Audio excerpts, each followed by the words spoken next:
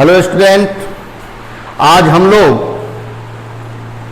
एक नए तरह से प्रतिरोध का मान जानने की कोशिश करेंगे। आज के ज़माने में हर जो युक्ति हमारे मोबाइल में, टीवी में, एलईडी वगैरह ये सब जितने भी बनते हैं, इसमें जो प्रतिरोध प्रयोग होता है वह इलेक्ट्रॉनिक्स रेजिस्टेंस के नाम से जाना जाता है। और इलेक्ट्रॉनिक्स रेजिस्टेंस यानी कि अर्धचालक युक्ति से बना होता है ज़्यादातर। तो हम लोग उस प्रतिरोध को, उसके पास रेंज जो होता है बहुत अधिक होता है, लेकिन उसका ओमिक मान जो होता है बहुत लंबा होता है। ओमीय प्रतिरोध बहुत ज़्यादा होता है, लेकिन ये साइज में बहुत छोटे होते हैं। तो इनके लिए पहचान करने के लिए इसे कार्बन प्रतिरोध कलर कोड के नाम से जाना जाता है। इनके कलर पर छोटे छोटे ये रेजिस्टेंस होते हैं जो इलेक्ट्रॉनिक सर्किट में लगे रहते हैं, परिपथ में लगे रहते हैं। तो इनको पहचानने के लिए वैज्ञानिकों ने एक चिन्ह दिया जिसको कलर कोड कहा। हम लोग जानते हैं ये निम्न कलर है, यहां दिया गया है। पहला रंग आता है काला, ये सीरियली बनाया गया है कि पहले को काला रखेंगे, उसके बाद भूरा रंग, लाल, नारंगी, पीला, हरा, नीला, बैगनी, स्लेटी, सफेद।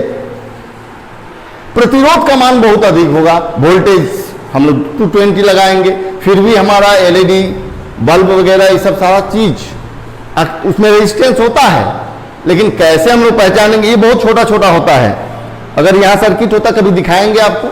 तो देखिए, इन्हें पहचानने के लिए और इनका प्रतिरोध की क्षमता जानने के लिए, मान को जानने के लिए अंक पद्धति का हम लोग यूज करते हैं। जैसे यह अंक है, यानी कि पहले अंक पर है, यानी कि इसका 1, इसके लिए 2, इसके लिए 3, इसके लिए 4, इसके लिए 5, इसके लिए 6, इसके लिए 7, इसके लिए 8, इसके लिए 9 और इसके लिए 10। 3 और कलर होते हैं जो हम इधर लिख देते हैं, यहां जगह नहीं है, जिसको हम लोग कहते हैं सुनहरा, फिर चांदी, और उसके बाद आता है कोई कलर नहीं, कोई रंग नहीं। ये समझा रहे हैं हम आपको ये क्या चीज है। ठीक है।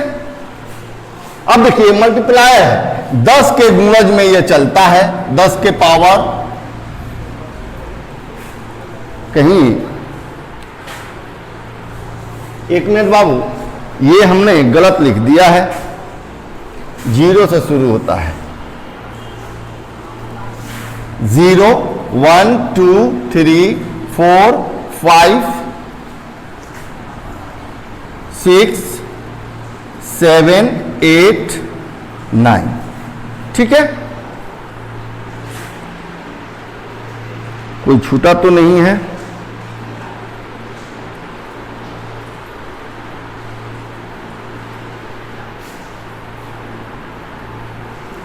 ओके, नहीं, हाँ, नहीं हो। ठीक है, ओके। अब देखिए, इसका पावर 0 मान 1 हो जाएगा, इसका पावर 1 10 होगा, इसका पावर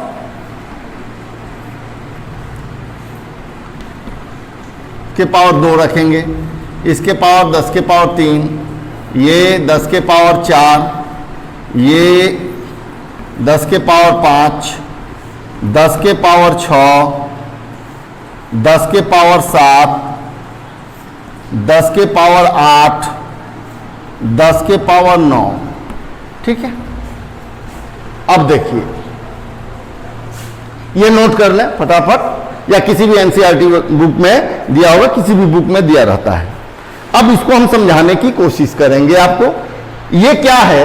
ये कलर 9, यहां देखिए, ये 10 के बाद इधर नीचे ये रहता है सुनहरा, तो सुनहरा के लिए भी ये खाली, ये खाली। चांदी के लिए भी ये खाली, ये खाली, और कोई रंग नहीं है तो भी क्या नहीं है और क्या है, यहां देखिए, ये एक रेजिस्टेंस है। देखिए यहां ध्यान से,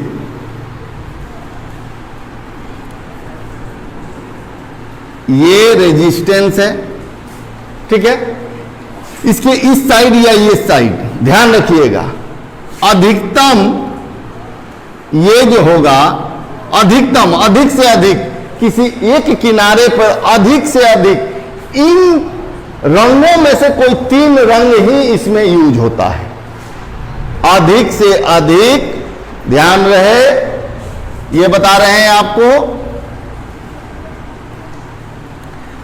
अधिक से अधिक ये 3 रंग ही इसमें यूज होता है। अधिक से अधिक 4 रंग नहीं होगा, ठीक है। किसी एक किनारे पर या तो 1 हो सकता है, 2 हो सकता है, या अधिकतम 3 हो सकता है, 4 नहीं हुआ। कहां से? तो इन सभी दिए गए 9 रंगों में से कोई 3 ही अधिकतम यूज होगा। 2 हो सकता है, 1 हो सकता है, तथा इस किनारे पर, किसी एक किनारे पर या तो गोल्डन सुनहरा कलर, या चांदी सिल्वर, या कोई कलर नहीं। मतलब ये गोल्डन है, ये सिल्वर है, नो कलर, कोई कलर। जैसे मान लीजिए कि यहां कोई कलर नहीं है, तो इसकी त्रुटि सीमा हम लेंगे +-20%। अगर यहां चांदी कलर है तो इसकी त्रुटि सीमा +-10% है। इसके अगर गोल्डन कलर में है तो ये +-5% त्रुटि सीमा है इसकी। मतलब अब हम दिखा रहे हैं आपको, यदि मानकर चलिए कि यहां 2 कलर दिया हुआ है, ये 2 कलर, इनमें से कोई कलर है, सपोज करो कि ये लाल है और ये कलर आपके लिए यहां दिखा रहे हैं, सपोज करो कि पीला है, ये पीला कलर है। अब देखिए तो कहेगा कि इनका प्रतिरोध कितना है, इनका प्रतिरोध कितना है। तो देखिए R बराबर, मान प्रतिरोध, नॉट फॉर रेड, रेड मत मानिएगा, ये प्रतिरोध लिखे हैं। अब यहां है लाल और फिर पीला, तो ये कैसे लिखेंगे हम लोग? लाल रंग, देखिए लाल रंग का अंक, पहला अंक, पहला जो रहेगा उसका केवल अंक लिखेंगे। कितना नंबर है अंक? तो 2, तो यहां 2 लिख दिए, ठीक है। उसके बाद कौन सा अंक है? पीला है, पीला का कौन सा अंक है? 4, तो यहां लिखेंगे 4, गुना नहीं है। देखिए 2 के पास 4 अगर लेफ्ट में बैठ रहा है, राइट में, तो क्या बन गया? 2 डिजिट का ये नंबर बन गया और इसको 24 कहेंगे, और ये 24 ओम का ये प्रतिरोध हो गया। 24 ओम का यह प्रतिरोध है। बात समझ में है? अगर 1 रहता यहां तो केवल 2 ओम का रहता। अगर केवल यहां एक रंग लाल दिया हुआ है तो इस कार्बन प्रतिरोध का मान कितना होता?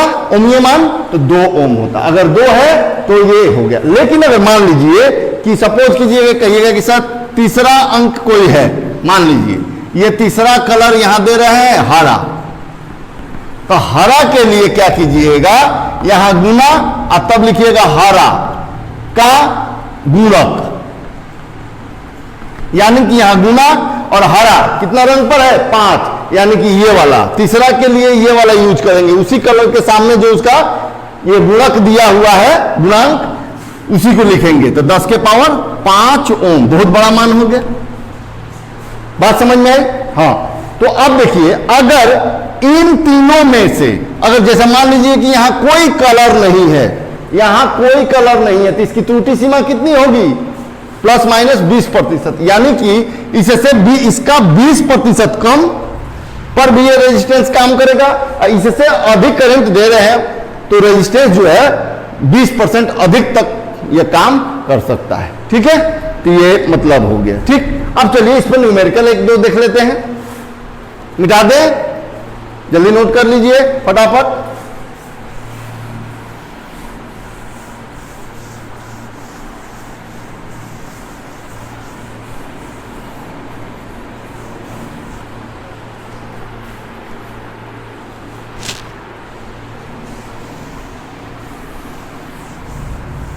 आइए इसको नोट करते रहिए, तब तक एक सवाल देते हैं बहुत अच्छा। यहां देखें, ये एक ऑब्जेक्टिव क्वेश्चन में पूछता है, ध्यान रखेंगे। यहां आपका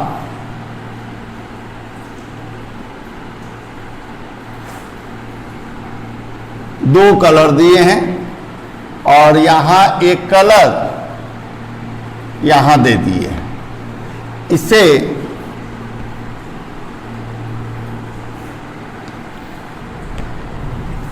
बारह वोल्ट का सप्लाई दे रहे हैं। सपोज करो कि ये जो कलर है लाल और ये कलर है पीला और ये कलर है चांदी, ठीक है। तो कहेगा चालक से प्रवाहित धारा एवं त्रुटि सीमा ज्ञात करें। चलिए देखते हैं। पहले हम लोग प्रतिरोध ज्ञात करेंगे।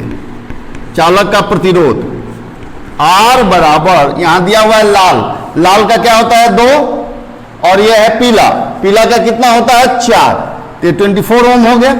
R हमें मिल गया। अच्छा, V आपका 12 वोल्ट है तो I का मान V बाई R होता है, तो V बराबर 12, यहां हो गया 24, ये कैंसिल हुआ 1/2, मतलब हो गया 0.5 एम्पियर की धारा प्रवाहित हो रही है। इस चालक से 12 वोल्ट बैटरी से कनेक्ट करने पर जो कलर कोड से रेजिस्टेंस प्राप्त हुआ उस हिसाब से इस प्रतिरोध में प्रवाहित धारा का मान 0.5 एम्पियर मिलता है। हम अब इसमें पूछा है एक और मान त्रुटि सीमा। तो कौन सा कलर है यहां, तो यहां चांदी, तो चांदी अगर रहेगा तो कितनी त्रुटि सीमा होगी ±10%। लिख देंगे यहां त्रुटि सीमा ±10%। ये दोनों आंसर हो गया, ठीक है, ओके। मिथिलेश सर का फोन,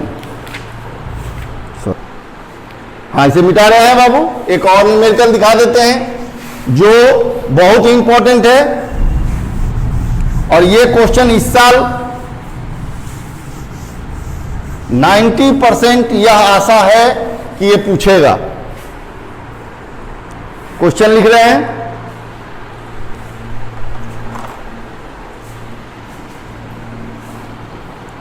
किसी चालक का प्रतिरोध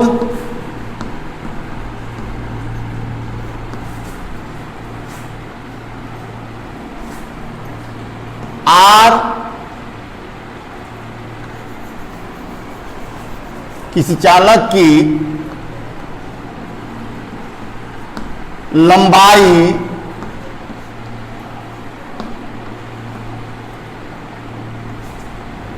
दुगुनी कर दी जाए तो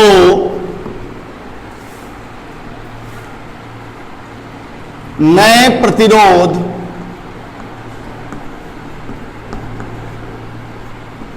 का मान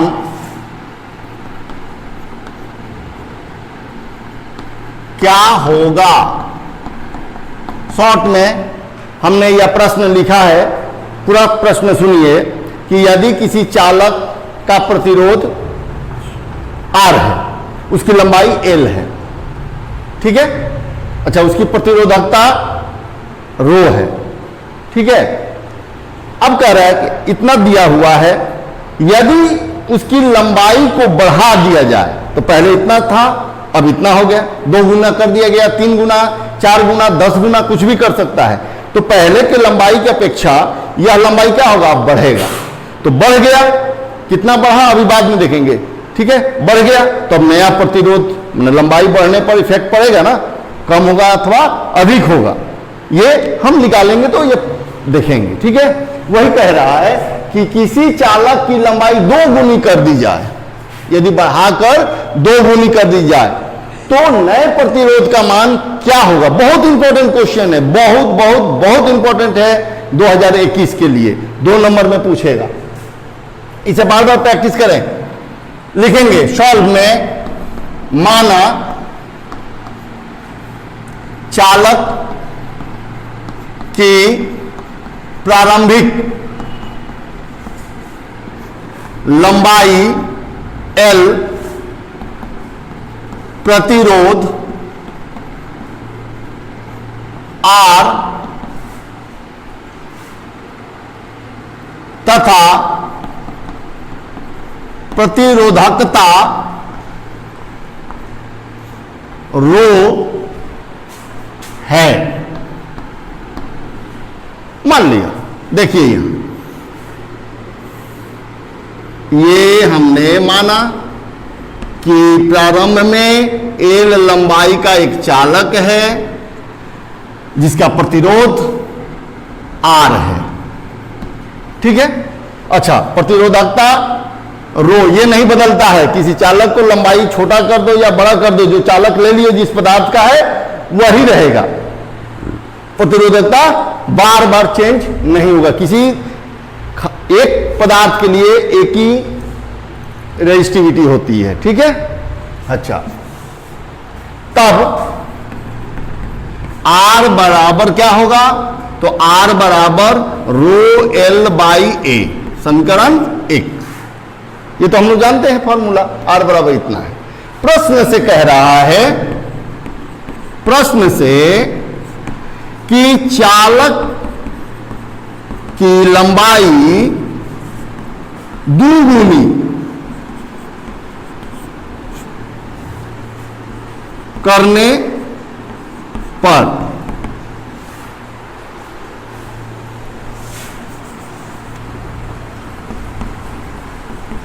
हो जाता है, 2 गुनी किया जाता है, ठीक है।